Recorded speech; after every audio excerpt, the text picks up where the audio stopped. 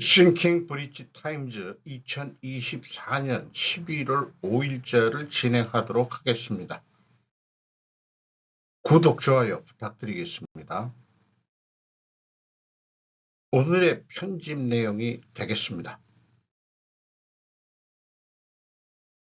제2차 세계대전 당시 미국의 대만 침공은 재앙이었을 것입니다. 중국 작전도 비슷한 위험에 직면해 있습니다. 이 미국의 대만 침공은 일본이 대만을 점령했을 당시에 대만 공격을 계획했던 얘기를 풀어가고 있는 내용이 되겠네요. 마이클 팩 비즈니스 인사이더입니다. 미국은 제2차 세계대전에서 일본이 점령한 대만을 침공하는 것을 고려했었다. 미국 최고 사령관들은 인명피해가 큰 악몽이 될 것이라고 판단했었다. 오늘날 중국 침략자들도 비슷한 도전에 직면할 수 있습니다. CMSI 연구에 따르면 1945년 미국의 대만 침공이나 오늘날 중공의 침공은 어렵고 위험할 것이다.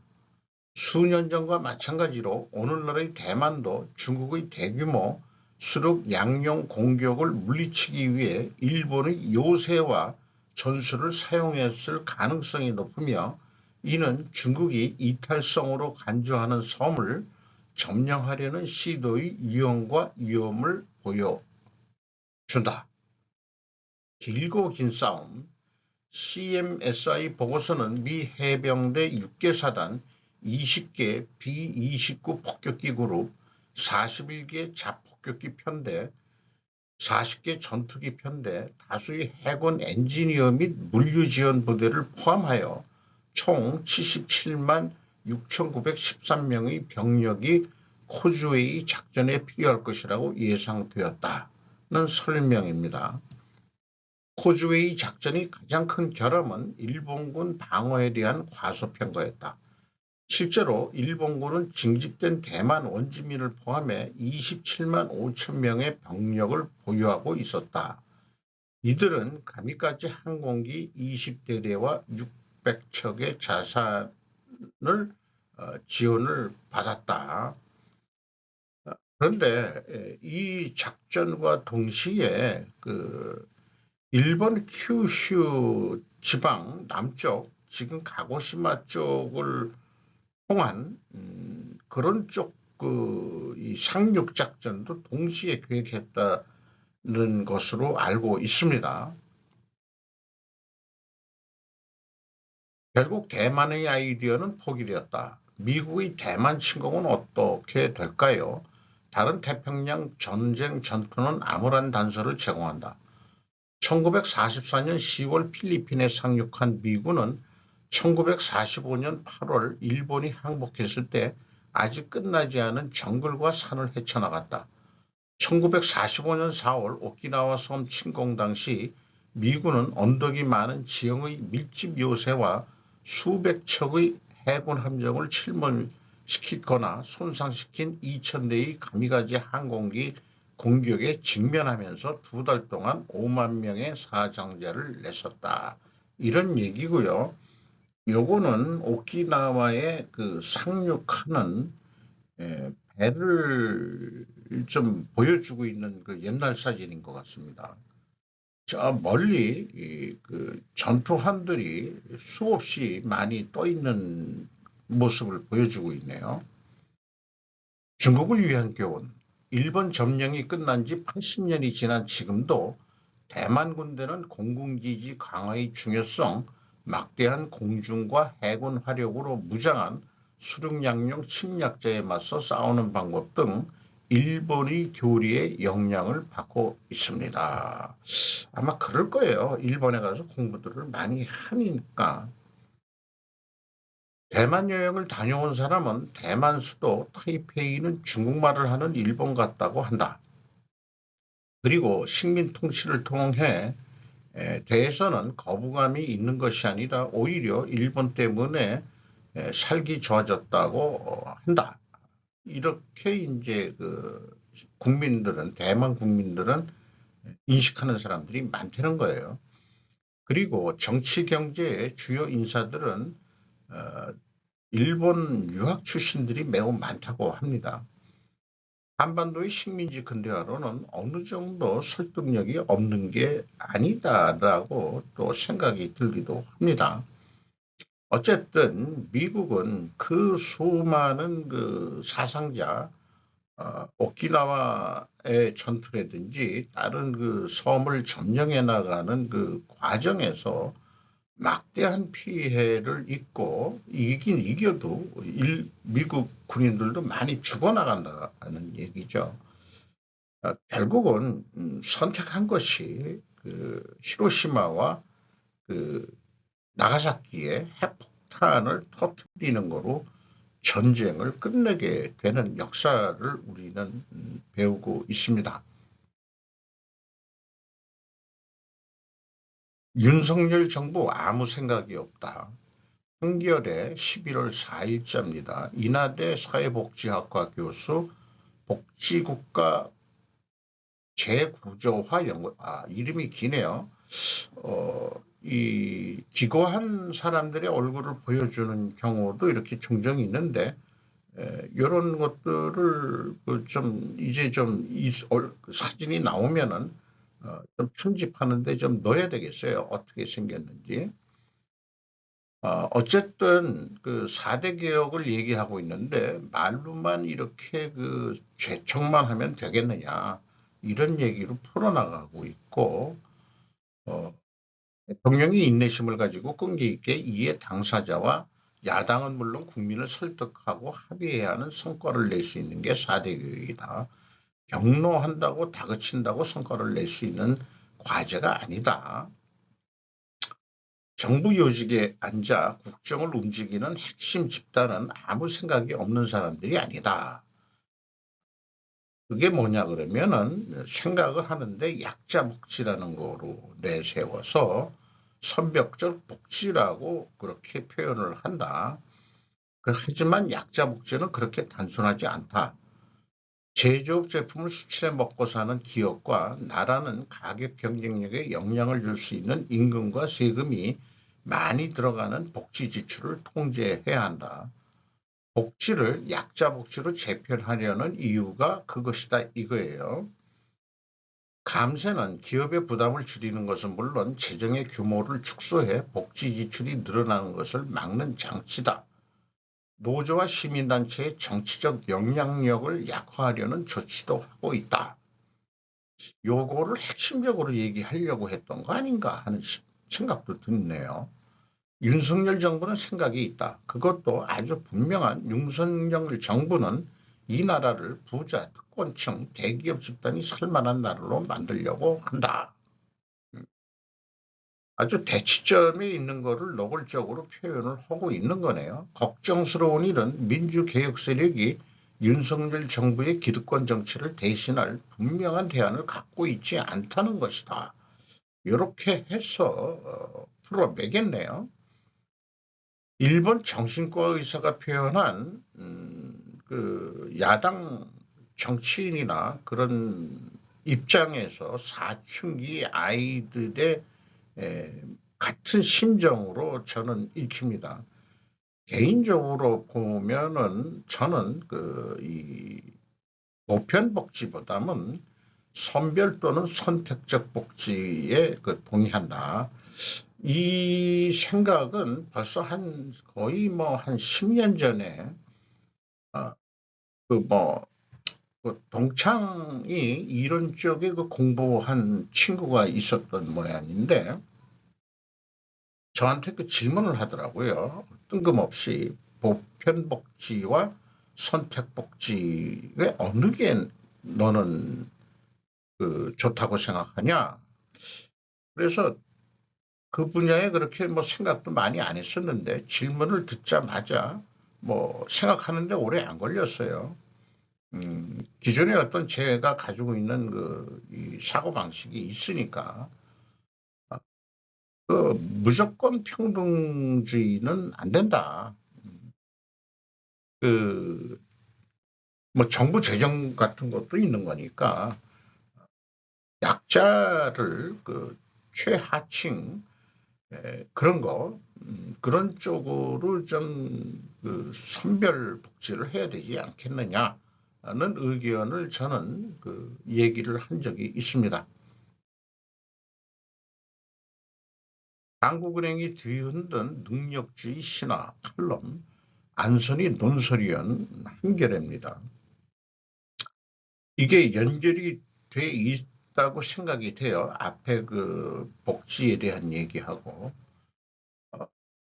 뭐 한국은행 이창용 총재가 한 얘기는 한마디로 얘기하면은 지역별 비례 선발제 도입, 예를 들어 서울대의 경우 그렇습니다. SKY 포함할 수도 있는 거겠죠. 그런 얘기를 한국은행이 오죽했으면 그렇게 얘기를 했겠냐 하는 얘기인데 이게 이제 우리나라의 그 신분제도 내지는 그 계층 이런 형성을 좀 우려하는 것 같은 거로 익힐죠. 기회의 평등이라는 이 전제가 없다면 과연 우리 사회에서 능력주의가 제대로 작동하고 있느냐 질문을 던집니다. 현대 자본주의 사회가 부모의 신분에 따라 자녀의 신분이 결정되는 봉건 사회보다 우월하다고 인정받는 것이 능력주의이다. 그 사다리를 대표하는 제도야말로 교육이다. 미국 철학자 마이클 샌델 하버드 교수도 미국의 대학 입시가 부유층에서 유리하다는 것으로 변질되고 있는 현실을 비판적으로 보고 있다. 아이비리그에 들어가는 그런 거죠. 미국의 상위 1% 가정 출신자가 아이비리그에 속한 대학에 진학할 가능성은 하위 20% 출신자의 77배나 많다 이런 얘기예요. 한국은행 보고서가 촉발한 과연 한국의 능력주의는 공정하게 작동하고 있는가라는 물음은 한국 사회가 건전한 공동체로 존재하기 위해서는 반드시 답해야 할 것이다. 이렇게 또 선문답적인 결론을 내고 있어요. 저는 이런 뉴스를 논설이나 칼럼을 그 보면서 논설위원 정도면은 대안을 좀 제시해야 되지 않겠냐. 한겨레는 그 기고한 사람이나 그 작성한 사람의 얼굴들을 이렇게 보여주네요. 양반과 백성의 신분 계급이 다시 그 상류 사회와 하류 사회로 대체되었을 뿐이라고 저는 그런 느낌을 쭉 가지고 있었습니다. 이 이조 시대 때 신분 계급 제도가 그 우리가 해방이 되면서가 아니죠. 일제 시대 때 신분 계급 제도를 일본이 폐지를 시켰죠. 그러니까 머리가 좋은 옛날에 그 예를 들어 속된 말로 노예 출신 종들도 그 자녀들이 공부할 기회를 얻었었고 시험에 합격을 한다고 그러면은 판사까지도 될 수 있는 그런 기회가 있었다. 그런데 그 당시에도 신분 계급이 뭐 그렇게 풀렸다 하더라도 개천에서 욕난다는 것은 그 좀 한계가 그래도 현실적으로 있었던 거겠죠. 아마 현재 야당의 이재명 같은 경우나 경기도지사 하는 그 누구죠? 갑자기 경기도지사 딱 그 청계천 판자촌 출신들인데 저도 역시 그 근처 판자촌 출신이기는 합니다. 거기에서도 살아봤어요. 처음부터 그런데 살았다는 게 아니고 집안이 깡그리 망해가지고 판자촌까지 흘러 들어가서 산 적이 있는데 어려서 자관 노무현 대통령이 만드는 로스쿨만 하더라도 그거를 비판하는 사람들은 결국은 그 법을 쉽게 배우고 로스쿨을 합격해서 나오면은 그 변호사를 할 수 있는 건데 한마디로 일반 기업에서 로스쿨 나온 그 자격증을 땄다 하더라도 법무 쪽이나 이런 쪽에서 누구를 뽑겠냐. 그렇게 많이들 나오는데 그러면은 집안을 보게 된다. 현실적으로. 그것이 신분 공정할 것인가 하는 것은 아주 특출하지 않는 한 이런 비유를 하신 분도 있어요. 그래서 저는 SKY를 지방으로 이전시켜야 된다고 봅니다. 이 연대나 고대는 아니라 하더라도 서울대만이라도 상징적으로 세종시로 내려가든지 어디로 내려가든지 그러려면은 정치권부터 국회부터 세종시로 내려가야 된다. 이런 류의 그 대안을 논설위원 정도면은 제시해 주면은 좋지 않을까 그런 생각을 해본다는 거죠. 요즘 기자들이 뭔가 가르치려는 자기네들이 가르칠 수 있다는 그런 뉴스들이 눈에 보이네요. 요거는 제가 제목을 제가 만들었어요. 하자에 있는 대통령이라야 일방 통치를 충분히 견제할 수 있다? 하지연, 한은진 두 기자가 뉴시스입니다. 한동훈, 윤사과, 김여사 활동 중단, 참모진 개편, 개각 단행해야 원래 뉴스 제목입니다. 이 명태균이라는 사람, 이거 명태균에 관한 뉴스는 저는 그냥 직관적으로 이거 속 시끄러운 뉴스 보고 싶지도 않아요. 통화녹취록 공개 등을 관련해 국민들께서 걱정하시는 부분에 대해 대통령께서 솔직히 하고 소상하게 밝히고 사과를 비롯한 필요한 조치를 해야 한다. 이렇게 이제 침묵을 깨고 얘기했다는 거죠. 이런 얘기를 하는 거고 또 특별감찰관을 임명하는 절차를 즉시 진행하는 것이 이제 너무 당연하다 이렇게 표현했습니다. 이런 관계가 대통령실과 여당의 그 관계가 지금 삐걱거리고 있는 거로 그 인식들을 허구는 뉴스들이 쏟아지고 있습니다. 더불어민주당이 빤히 속보이는 음모와 선동을 막기 위해서는 변화와의 쇄신이 반드시 필요하다. 왜냐하면 대통령과 영부인이 정치 브로커와 소통한 녹음이 공개되는 것은 국민들께 죄송스러운 일이다. 유력 정치인들이 브로커에 휘둘리는 것으로 보이는 것도 국민을 크게 실망시켰다기 때문이다. 이렇게 이제 그걸 논리적으로 좀 만들어 보려고 그랬는데 포기했어요. 뭔가 논리적으로 뭐가 좀 안 맞아 떨어지더라고요. 이와 연결해서 조선일보 박숙현 기자는 국민시선 리더십 내건 국민의힘 한동훈 대표 모순 기자수첩이라는 이름으로 조선일보도 그 기자 얼굴을 냈네요. 평가는 백서가 아니라 국민이 내리는 것이다. 이 표현을 한동훈 대표가 얘기했답니다. 총선이 끝난 지 200일 만에 그 여당 백서가 나왔는데 이거를 한동훈 대표가 불편한 심기를 감추지 않았다. 왜냐하면 자기가 그 선대위원장을 했었기 때문에 뭐 이런 얘기를 하면서 수개월간의 논의 끝에 마련한 백서를 무시하는 태도는 이와 모순된다. 국민께서 생각하는 그런 심기 이런 거를 얘기하는 사람이 이 총선 백서에 대해서 불편한 심기를 얘기했다. 그게 모순이다 이렇게 이제 진단을 하네요. 한 대표의 국민 시선이라는 잣대가 대통령실에 대해서만 적용되고 있다는 지적이 있다. 11월 15일은 이재명 더불어민주당 대표에 대한 1심 선고가 나온 날이다. 아마 1심 선고가 유죄 판결이 나더라도 그걸 뭐라 그러죠? 불복해가지고 재심 상고하는 그러게 가지고 질질 또 끌게 될 것 같기는 해요. 어떤 의뢰들도 임기 반환점을 앞둔 대통령과 전면적인 권력 투쟁에 나선 듯한 행태라고 얘기를 하고 있습니다. 정권의 성공을 뒷받침해야 할 여당 대표로서는 부적절하다. 대통령실과 국민의 요구 사이에 접점을 찾아가지고 여당 의원들을 설득해서 실질적인 성과를 내는 것이 당대표의 리더십임을 한 대표는 잊지 말아야 한다. 이렇게 뭐 해야 한다, 뭐 해야 한다는 식으로 우리나라 논지의 말들이 많죠. 이것은 뭘 해야 한다라고 하는 것은 미래형이라기보다도 마치 가르치는 듯한 인상을 또 받게 됩니다.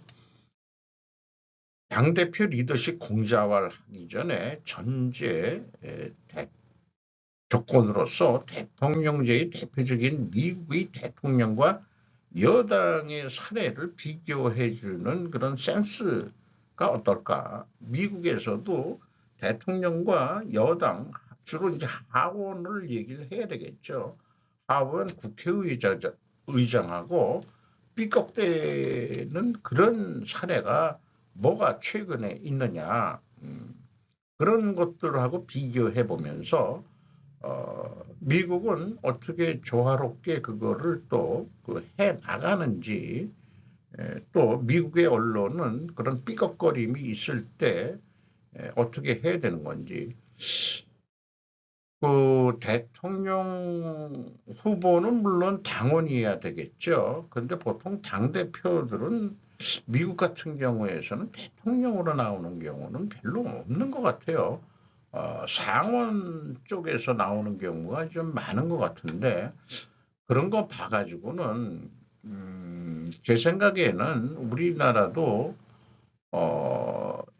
이 상원이라는 게 어떤 식으로 뽑는 건지, 일본도 그 참의원, 중의원 두 개가 있는데, 뭐, 참의원은 뭐 상징성이 있다고 그러고, 실질적인 일들은 중의원이 한다는 건데, 어, 그렇습니다. 이게 우리나라는 상하원 이런 제도가 아니니까, 어, 들을 쉽게 만들어가지고, 이하 집산들을 쉽게 하고, 뭐, 그런 것들도 있는 것 같은데, 아무래도 새로 입문하는 사람들은 하원 쪽에서 시작을 하고, 올해 좀 연륜이 있는 사람들이 상원을 하고 좀 늑다리들이 그러니까 늑다리들의 그 지혜라든지 이런 거를 위해서는 좋다, 사회 선배들로서 당신들은 그렇게 하고 우리는 상원에서 열심히 할게, 뭐 이런 모습도 좋지 않을까 그런 생각도 좀 해보게 돼요. 그 대신 돈이 선거가 하면 돈이 많이 들어가니까 국회의원수를 우리나라는 왕창 줄여야 됩니다. 똑같이 하더라도 그거를 안으로 뚝 잘라서 상원 하원이든지 몇 명을 하든지 어떤 그런 지혜를 내는 어떤 정치 이론가가 나왔으면 좋겠어요. 트럼프 해리스 선거를 결정할 수 있는 8가지 주요 카운티. 주에서 주 결선이라고 하지만 카운티에 사는 사람들이 많으니까 그 카운티를 얘기하고 있는 것 같네요. 앤드류 로마노 야후뉴스입니다. 가장 좋은 티핑 포인트는 펜실베니아. 이게 이제 여기에서 승패가 갈린다는 것 같습니다. 특히 나오는 뉴스들은 여기에서 여성의 표가 또 핵심일 것 같다. 여성의 표라는 것은 백인 여성만 얘기하는 것은 아니라고 보입니다. 지금 아주 격전지가 될 때 8가지 카운티를 얘기하고 있는데, 조지아주 콥 카운티, 위스콘신주 워케셔 카운티, 네바다주 와쇼 카운티, 미시간주 웨인 카운티, 네바다 더글라스 카운티, 펜실바니아주 이리 카운티, 애리조나주 마리코파 카운티, 이런 데가 이 격전지다. 여기서 승패가 갈리는데 특히 노스캐롤라이나주 카라보스 카운티에서 아마 승패가 결정이 되지 않겠냐는 그런 뭐 예측 보도라고 할까요? 그렇게 얘기합니다. 한 자주포 전차열풍의 총기 동반 수출로 우리는 S&T. 이 S&T를 저도 이 결산 실적을 분석을 좀 해봤는데 기억에 나는 것은 그 중소기업형, 중견기업 정도형 되면서 어느 기업보다도 그 일찍 공시를 해요. 이것을 한 3개 회사가 이 상장되어 있는데 자관 이 S&T 모티브가 그 한국형 이제 그 총기 기관총 이런 것들을 지금 미국에 역으로 이제 수출을 하려고 전시를 이렇게 하고 있다는 겁니다.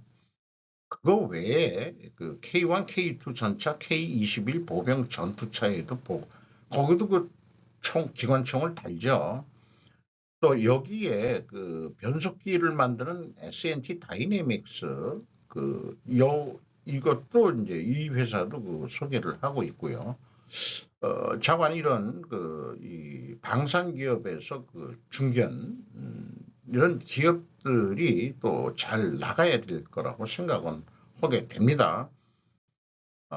항공부 분야에서도 중견 기업 이런 데도 좀 있긴 있을 거예요. 그런 뉴스가 또 나올 겁니다. 고려행 사태가 보여졌다. 흔들리는 한국의 지배구조. 나현진 기자 매일경제입니다. 포스트 재벌 체제 논의할 때가 된 것 같다. 이 고려행 사태가 불러한 것이 한국의 경영 지배 구조까지 지금 뉴스가 확대되고 있네요. 뭐 이쪽 이제까지 흘러나온 얘기를 하는데 이 재계에선 국내 기업사의 분기점이 될 사건이다 이렇게 얘기를 하고요. 분명한 것은 기존 재벌 체제의 균열이 일어나고 있다는 것. 그리고 그 미국이나 일본 등 선진 자본주의 역사를 보면 결국 가문 경영에서 펀드 및 자산 운용사가 선임한 전문 경영인 체제로 흐름이 있다. 그 예로 미국의 GE, 일본 히타치 등을 대표로 예를 들었습니다. 그래서 이제 저는 이거를 산업 자본주의에서 금융 자본주의로 우리가 지금 전환되고 있다. 저는 그렇게 표현하고 있습니다. 상속세 부담의 지배 구조가 취약해지고 적대적 M&A의 M&A가 앞으로 더 늘 것 같다. 50%에 달하는 상속 배당세율이 재벌가들로 하여금 대표적인 그 족쇄 아니냐. 우리나라 상속세가 일본이 56%고요. 55%, 한국이 50%인데 미국을 보면은 미국이 영국하고 40%다. 우리나라는 뚝 잘라서 25% 하면은 뭐 국가 재정은 팍 또 내려가겠죠. 근데 뭐 상속이 자주 일어나는 건 아니니까. 그 일본은 너무 많고 그러네요. 그 OECD 평균이 27%인데 우리 한 30% 정도 하면 어떨까 하는 생각도 해보게 됩니다. 어, 산업자본주의에서 금융자본주의 전체적으로는 창업주 의결권 일주 100표 정도는 인정해야 된다. 상속세도 내려주면서 아니면 상속세를 그대로 하면서 미국이 40%인데 대신 그 창업주가 계속 경영을 하라는 입장에서 일론 머스크도 사실 창업주 아닌가요? 뭐 MS 빌 게이츠도 마찬가지고 어, 그 워커버 그 옛날 그 페이스북 거기도 뭐 마찬가지고 그런데 엔디비아도 마찬가지 아닙니까? 그 금융 자본이 많이 들어와 있다 하더라도 어떤 핵심적인 의결을 하는 때는 창업주는 일주 한 100표, 뭐 1000표도 그러니까 소량의 이 주주의식을 가지고 있다 하더라도 경영 지배를 할 수 있는 그런 거를 유인을 하면은 미국이 왜 그렇게 그 요즘 잘 나가느냐 그런 제도 또 연구해보는 사람이 필요하지 않을까 생각도 해봅니다. 세법 개정 통해 당근 쥐어주면 주가, 주주 환원에 긍정적인 영향, 투자자 외면받는 기업엔 채찍, 적극적인 상장 폐지 정책 필요. 이게 이제 핵심적인 거로 소개를 하고 있습니다. 그래서 재벌 개혁의 첫걸음은 상속세 개편을 해서 좀 내려줘야 된다는 얘기인 것 같고요. 두 번째는 외면받는 기업은 상장 폐지를 바로바로 하자. 그래서 투자자 우호 환경을 만들어야 된다. 세 번째는 자산운용사, 이거를 그 금융자본이라고 표현을 하면은 금융자본의 운영 능력도 밸류업도 필요하다. 그래서 이 트렌드, 그 금융자본들이 트렌드를 쫓기보다는 자산운용업 본업에 펀드라고 얘기를 한다면은 금융권 본업의 그 역량을 배양하는 방식으로 나가야 된다. 이렇게 이제 의견을 얘기했네요. 그래서 상속세 개편에 대한 걸 논리적으로 좀 그려보면은 충분 조건으로 만약 상속세를 대폭 내린다면 그러면은 사업 승계 유지가 수월할 것이다. 이건 중소기업도 마찬가지입니다. 왜냐하면은 이익 배당을 증가시킬 수 있기 때문이다. 이익 배당이 증가시킬 수가 있다면은 그것이 원인이 되면은 분명히 주가 상승을 할 수 있을 것이다. 그래서 코리아 디스카운트를 탈피할 수 있을 것이다. 이렇게 생각을 합니다. JP모건 전략가가 제 생각하고 유사한 거 아닌가 하는 그런 느낌이 들 기사가 바로 뒤쫓아 발견이 돼요. 국내 기업 자본관리 필요 한증시 60% 이상 오를 것 강정화 조선비즈입니다. 배당 증가 등 반영하면 100%까지 상승할 수 있다. 배당 소득세 완화 시 이해상충 문제에 도움이 된다. 이 사람은 이제 상속세는 거론 안 했는데 이 배당 소득세 여기를 또 언급을 하네요. 이 사람은 그 한국의 투자자본 이익률이 글로벌 시장과 비교해 매우 낮다 이런 얘기예요. 그래서 ROIC는 보통 ROC도 C라고 약해서 부르기도 하더라고요. 기업이 영업활동을 위해 투자한 자본의 효율성을 평가하는 지표다라고 기자가 이제 소개를 하고 있고요. 6.3%인 한국의 ROIC가 자산 처분과 자사주 매입 소각 등으로 글로벌 평균이 9%까지 높아지면 주가는 60%에 오를 수 있다고 강조했다.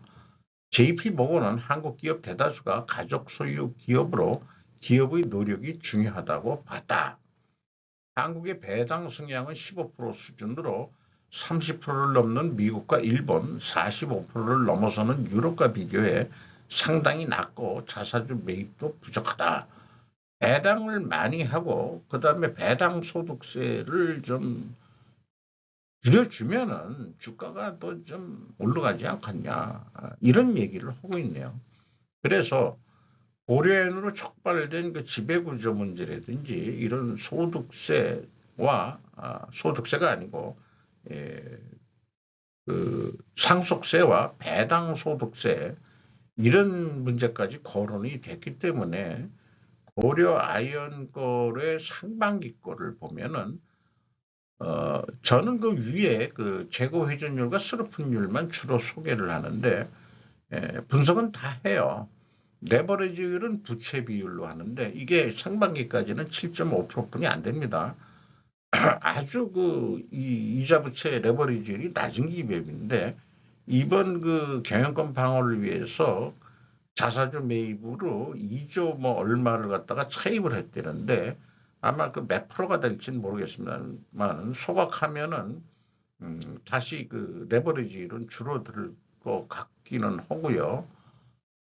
이자 보상 배율도 좀 뽑아놓고 있습니다. 그 다음에 이 투하자본 이익률. 근데 저는 이 분자인 그 영업이익을 원가회계 영업이익으로 안 합니다. 왜냐? 그게 원가회계 영업이익은 왜곡돼 있으니까 이 JP 모건이 계산한 것도 그 원가 회계 영업이익인데 그게 일반적으로 부풀려 있는 경우가 많아요. 그래서 슬픈 영업이익 나누기 투하자본. 그럼 투하자본이라는 게 뭐냐 이게요. 그 투하자본이라는 것은 자산 총계에서 비이자 부채를 뺀 금액을 우리는 투하자본이라고 부릅니다. 그러면 고려에는 4.7%예요. 그럼 낮은 거냐? 이게 꽤 높아지고 있어요. 3.5%였는데 1년 전에 4.7%. 3분기께 나오면은 또 계산을 좀 해봐야 되겠죠. 삼성전자 이런 데도. 구두로 말씀드리면 삼성전자도 낮습니다. 제 기억으로는 2점 몇 프로인가 그것뿐이 안 되는 것 같은데. 그러니 이 코리아 디스카운트가 계속되는 거 아니냐. 그리고 이 자사주 매입을 한 걸 속았는데 일부 1.4%는 우리 사주에 다시 판다는 내용도 있었죠. 일요일에 심각한 기상 위협은 미국 중부 전역의 증가, 폭스 날씨 뉴스입니다. 미국은 이 토네이도 이것 때문에 아주 문제가 많이 되는 것 같아요. 악천후 위협 지역이 있어요. 중부에. 이 미주리 아칸소까지 1600만 명이 거주하고 있다. 그 넓은 땅이지만 그 화면을 보면은 뭐 지금까지 날아가고 뭐 대단한 참 그런 데 살고 있네요. 그런데 요게 미국 대선 투표에도 영향을 미칠 수 있겠다 하는 생각을 해보게 됩니다. 미국 관련한 뉴스로 기념비적인 미국 고속철도 프로젝트가 30억 달러의 새로운 지원을 받았다. 우리는 그 어느 때보다도 가까워졌습니다. 뭐가 가까워졌느냐? 지역과 지역이. 로웰스텔 TCD라는 데서 뉴스위크는 라스베거스와 남부 캘리포니아를 연결하는 고속철도 프로젝트인 브라이트라인 웨스트가 네바다주 교통부를 통해 연방 보조금으로 30억 달러의 자금을 지원받을 예정이라고 보도했다. 뭐 이런 얘기고 현재 5천만 명의 인구 중 일부를 전용함으로써 매년 300만 대의 자동차를 도로에서 퇴출시킬 예정이라고 한다. 굳이 자동차로 라스베가스까지 갈 필요가 없습니다. 고속철도를 타고 라스베가스 가서 돈 많이 펑펑 쓰시고 돈 잃고 오세요.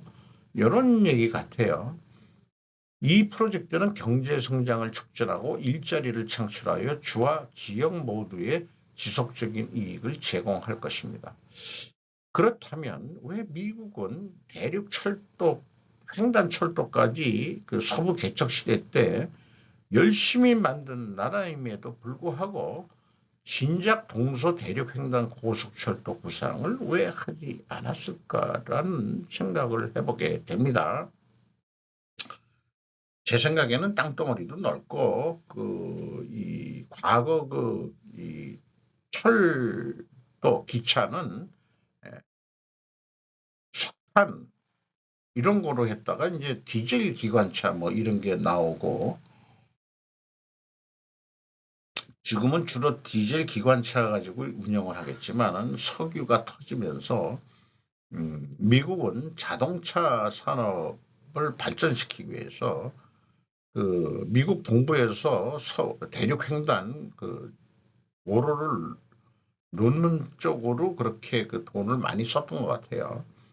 우리나라 도로를 보면은 뭐 짧은 기간에 수시로 다시 재포장하고 하는 경우가 있는데 얘기 듣기로는 미국의 고속도로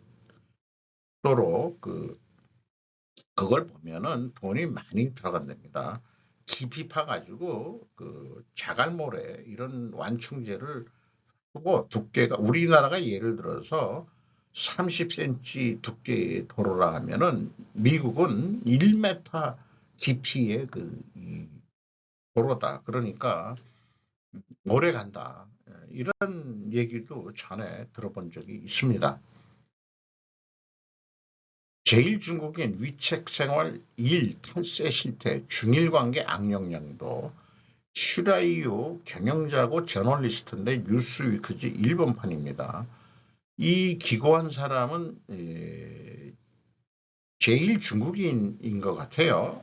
일본에 귀화를 했는지 영주권을 따는지 여부는 뭐 자기가 밝혀지진 않은데 일본에서 사업을 하는 중국인으로 알고 있습니다. 일본에는 80만 명의 중국인이 있지만 그 대부분은 일본인과 접점이 없어 중국어로 방을 빌리고 쇼핑을 하고 거래를 하고 있다. 위챗, 경제권이 그것을 가능하게 하고 있지만 거기에는 문제가 두 가지가 있다. 료요기 공원에서 9월 초순에 차이나 페스티벌 하순에는 나마스테 인디아라는 행사가 열렸는데 자기가 보기에는 중국 행사의 손님은 90%가 중국인이었는데 한편 인도 행사는 손님의 90%가 일본이었던 것이다. 이게 문제다 이거죠.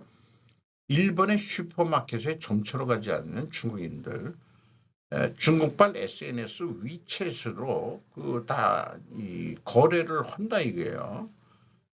거대 경제권이 이곳 일본에서도 자리 잡고 있기 때문이다.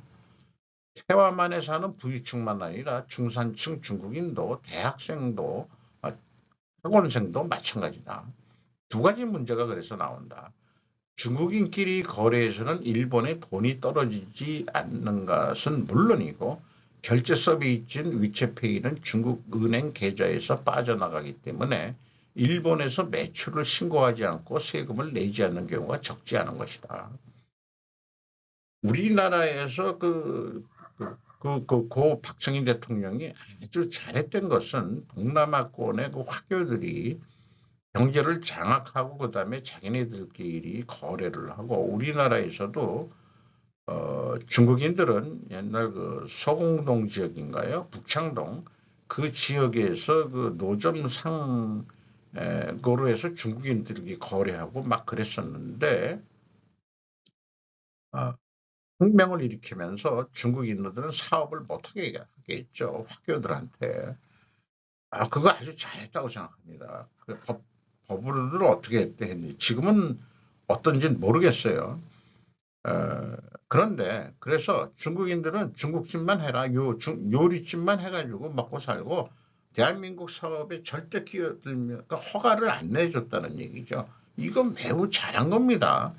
아마 우리나라가 그 경제 발전하는데 이것도 좀 큰 몫을 하지 않았느냐 저는 이렇게 생각하고 있습니다. 성실하게 납세하고 있는 사람도 있고 희망의 싹도 있긴 하지만은 무엇보다도 중일 관계에 미치는 악영향이다. 센카쿠 제도부터 후쿠시마 원전 처리수, 선전의 남아 칼부림 사건까지 중일 간에는 부정적인 화제가 많다. 그런 가운데 일본에 사는 중국인들이 일본에 기여를 안 하고 노력도 한다면 어떻게 관계를 개선할 수 있겠느냐.